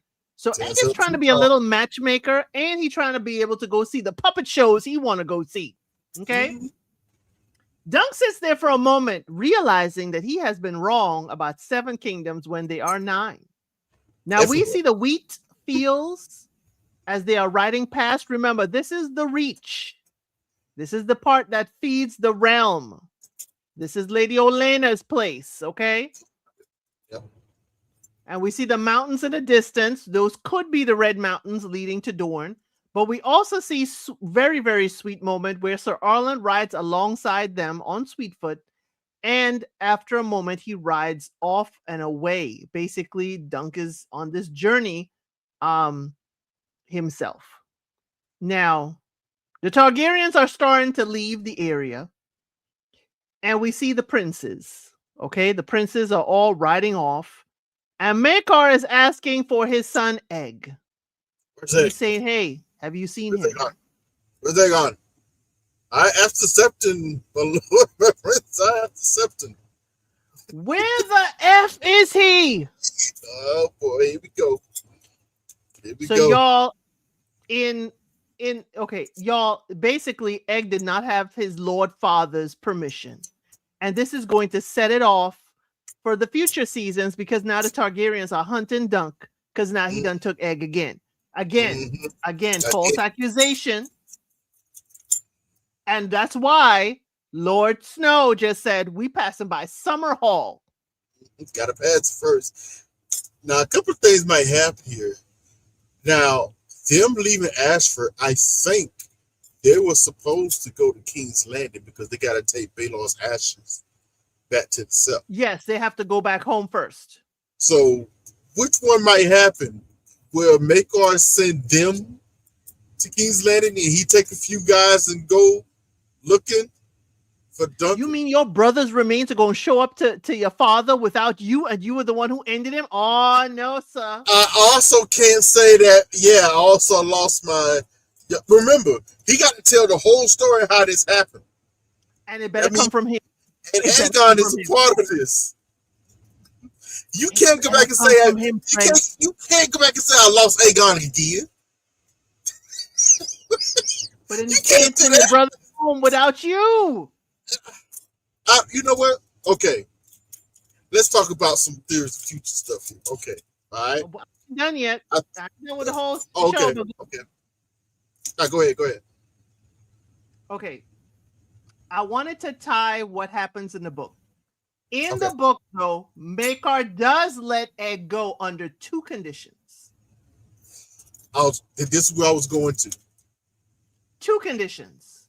What were the 2 conditions, Trey?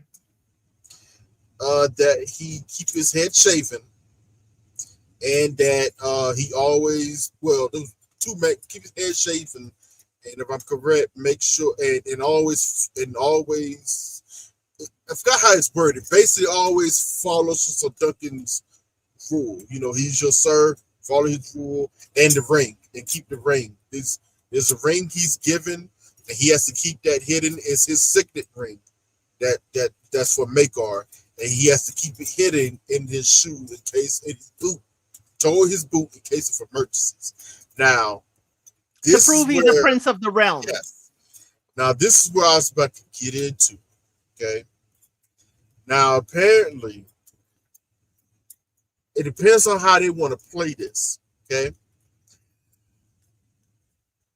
You can look at it. First thing you can look at it is, since Aegon likes to lie a little bit. This, that, and third. Did he already steal the ring? Number one. Oh yes, because you know what? Did you see Makar's hand has no ring? Perhaps. When he was riding, looking for Egg, his fingers had no ring. And if you watch the scenes before, Makar has his ring on. Now, here's the interesting part of all this. I can see this two different ways. I can see this where, okay, in some shape, way, and form, Makar maybe Makar did tell Egg, okay, you can strive for Sir Duncan. Here's my ring, this and that third, the rules, okay, blah, blah, blah. But out in public, he can't make it look like he just sent his son off with some headshot. Because remember, this is supposed to be a secret. Yeah, but the guards at the door, they're hearing, just like Egg was hearing. That's why I said, if all of a sudden he starts yelling out, where's Aegon? Where's Aegon? You make it seem like he ran off. Yeah, but now you look like a fool because now you lost your son again. Is he? Well, this is my argument about where is he going to go first. The King's Landing or the chase after? We ain't got no dragons to get there before everybody, so we could best go to King's Landing. No. But, okay, this is what I think is going to happen. This is my personal opinion. They're going to chase after Egg and Duncan again. And they're not in a big hurry. They're just riding along, whatever. So they could catch up, whether it's a couple of days or a couple of months. Either way, they got to pass Summer Hall first. Right. I think at some point in time, they're going to catch up. Makar's going to pop up, and Egg's going to have to answer for this bull crap again. Yes, he is. He's going to have to answer. And this is where we're actually going to get the whole song and dance of the rules and how this is going to go. Because at some point in time, Makar has to make this look like, well, okay, remember, during all this time or whatever, everyone assumes that Aegon is back in Summerhall. Right. The whole time. All these adventures, all these years, he's just down at Summerhall with his family. That's the assumption. So that's why I say at some point in time, they got to catch up to him. And the conversation is going to be had. Yes. And it's going to be a problem at first, but eventually they're going to allow this. Because we're going to have a manhunt. We're going to have a manhunt. Because the second novella actually takes place after they leave Dawn. Right. I think this second season next year, they're going to show us Dawn. They're going to show all the events that happened to Dawn. Yes. Which not is only Dawn, but on the way to Dawn. Yes. You have so much you could do before you get to the second book. And I think George has said he's written most of the outlines for these stories, Duncan Eggs, whatever. It's just a few that he just never finished up. And he's given them to Ira. Yeah, he's given them 12 to 13 stories. Yes. He's giving them to Ira. There's only 4 books, 4 novellas? It's 3 main. 3 novellas? Come on now. I mean, that's out. That's out. Ira has said he's hoping to go at least 15 seasons for this. Right. And it's coming out every year. If you have all that, if you have 12 to 13 and you have 3 books, you could go 15 seasons per one story per season. He wants to do 5 when Egg is young, around this time, just after whatever. Yes. Then come back when they come back, and it be 5 years later. Age him Aegon out. is a teen. He's a teenager and he's a prince by this time, and have what happens to those times, and then come back When another he's five king. years later after those 5 years, and he's king now, and that will cover the entire history for Yes. them and those characters. So it's an ambitious task. I think they're well on their way of doing it.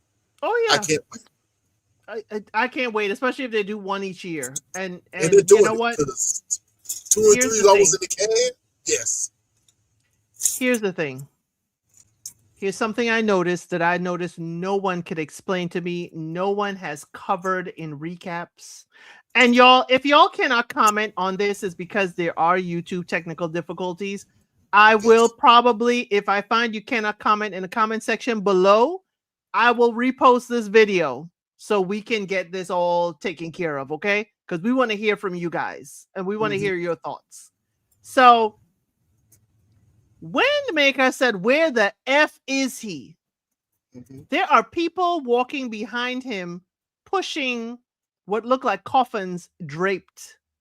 One is draped in the Targaryen flag, and one in like a gold flag. And I wanted to know who they were. Who's the gold flag? Who's the gold flag? Is that wait? Who's the gold flag?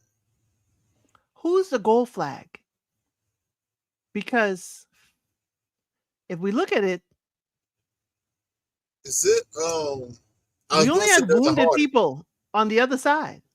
I was gonna say so Humphrey Harding, but I don't think it's him. He won't be pushed with Maker and them back to King's Landing. Come on now. Look at Who's the it. gold I mean, flag? I forgot to do a still frame and Are you bring a saying they're photo. gonna try to fake his death? They're gonna try to fake someone's death instead? Is that where you're No, going? I'm just saying they're pushing these wagons. I need to know who's in it. True. Silent Sisters, you ain't got to talk, but you could write the name. They ain't It doing wasn't that. Silent Sisters pushing it. It was They ain't doing that. it was two men. It looked like servants, and at first I thought it was just, they were pulling wagons or whatever, but it's wheelbarrows and it's long bodies, and you saw the Targaryen color, and you see a kind of gold and black right next to it, and I was like, who is that? That's the only gold and black that I know of is Baratheon. So that's their Right. colors. And they ain't being pushed, and nobody from Baratheon passed away. So No. I wanted to know who that was, because it wasn't Targaryen colors both ways. And they did not lose someone. So I wanted to know kind of like, who is that? Because it looked to be in Makar's line heading to King's Landing. So I haven't heard anybody say anything. So if anybody knows, please put in a comment below. But at the end, there's a song playing called 16 Tons by Tennessee Earl Ford about the toils of labor and being a peasant. Many people don't like this song that was played, but it's very apropos because here, as I said earlier, Dunk came here to win the purse so he can have some money, and he leaves here, even though he has labored and put his life on the line, he is still a peasant and penniless. I like the song. It's just they should have changed it up to make it fit restaurants, and it would have worked. It would have worked. Yes, it would have. It would have worked perfectly. Actually, get somebody else to sing the lyrics over, and you be like a singer from restaurants or something. It's singing the lyrics of the song, playing his harp or something, the portable harp or something like that. He's playing the song. It would have worked. It would have worked. That song just kind of, I was like, okay, this throws me out of it, but whatever. Okay, whatever. And don't forget, who is Jon Snow to Egg? He be his ancestor. Great grandson Great, or great, great grandson. I just yeah. want people to understand the tie to your house. And the tie to Game of Thrones, Jon Snow to Egg, who is the little boy in this. That's why we are here, y'all, to tie this all together to Game of Thrones, to Dance of the Dragons. We're going to make sure that all these little pieces that are seen, that we can bring it to you. I'm sorry we cannot answer your questions as it happens. I'm going to talk to Lord Snow, and maybe we repost this as a premiere, and maybe we could be in the comment section answering um the questions y'all may have. But Lord Snow, is there anything else for this finale, for this, first story for A Night of the Seven Kingdoms that you wish to say? And besides the two musical hiccups, I was ecstatic about this show and finale. It worked out well, set things up perfectly. I am happy that we get in this show because the Duncan Egg stories have always been some of my favorite readings of George R. R. Martin. It's just traveling along and learning about Westeros, from the small folks' point of view. The bromance. This is what this show is about. It's about looking at Westeros from the small folks' point of view. All beforehand, the other main shows, or even the main books, it's always from the lords and nobles' point of view. Now we get it from small folk to a certain extent, and how they think about things. Yes, which is important. This is important, especially for a prince of the realm. Right, just going about, just traveling. Yeah, this is big. This is big. It definitely is, and you know what? We all, or many of us, were carrying on about the fact that these were 30-minute episodes, and I'm not disappointed. I'm cool. My only main critique, I always felt like they at least should have been 40 minutes. Yes. And there's a way for these shows, stuff that they left out and should have added in. Yes, each one of these episodes could have been 40 minutes. It could have been. Hey, Raymond, 40 minutes. Hard 40 minutes. Raymond hugged him really hard, so that took away 2 minutes right there.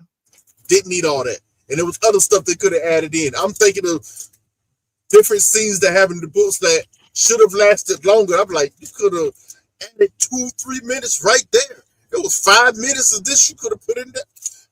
Yes, there's each episode, 40 minutes, hard cut. Right at 40 minutes. It's all you've done. Boom. And if y'all are thinking, why they're all heading to King's Landing, of course, that's home. The Targaryens, that is home. King's Landing, the Red Keep. Remember, that's Aerion also has to board that ship to be sent off to Lys, from there. So everybody, before they are dispatched, they all have to go there. And I said Summer Hall is exactly that, the Summer Hall of the Targaryen family. This is now springtime. You see the wheat fields. We just said the winter just ended. So this is springtime. So it's not summer yet. So that's probably why the Targaryens are not residing in Summer Hall at the time, but they are heading there. And I'm hoping we see that either Dunk is caught on the way back from Dorne. I'm hoping that's when they catch up to him. Back from? Ooh, it could be back from. Oh, but yeah. I don't think so, because in that second book, they spent at least 8 months in Dorne, almost a year. And the Targaryens could be looking for them for 8 months. They're not stepping foot in Dorne. Yes, they can. Dorne is a part of the Seven Kingdoms. Yes, I know Dorne is part of the Seven Kingdoms because Baelor and Maelor's mother is from Dorne. Again, I know, but they're not going to trample there for Egg because they will think he is safe. That is family territory. Now, you know what? I just don't see it happening that way. Because if I was Maekar, there ain't no way that I'm going to just let my boy go off with this hedge knight. All willy-nilly. Even though it probably was a good idea. You see it calculate his head, but like he said, he's my boy. This is my last son.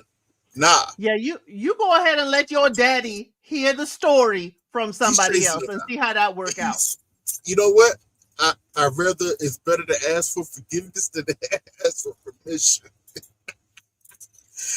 But I was about to say, I think we both kind of could be right, because this could be an explanation of why Maekar goes to live at Summer Hall for the rest of the time. Right. He never leaves Summer Hall. Right, he doesn't. Well, he can banish people who call him a kin slayer. He got to hear all the loud whispers in Summer Hall. but I think that's also done as a cover. I've always felt that was done as a cover. It probably Yes. was a punishment, but also a self-imposed one to give Egg cover. Because you can't be in King's Landing and Egg is out here running. No, the King Darren, Darren is known as Darren the Good, but Darren is very manipulative with his family, whatever.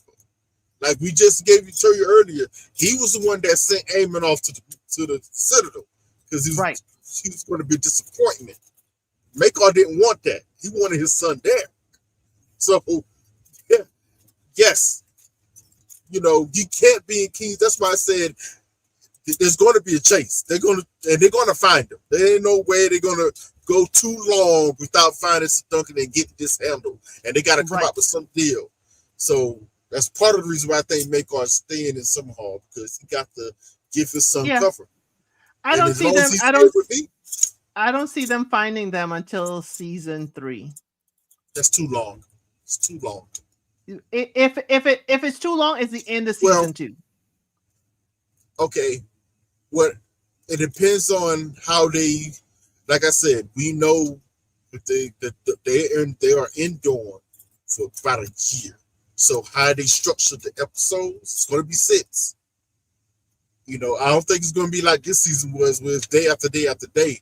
You could see time skips in each episode. 1 month, this month, that month.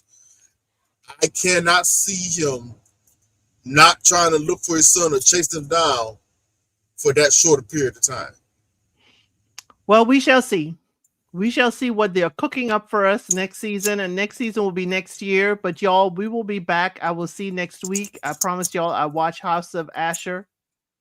I ain't even hit play yet, okay? I will be honest.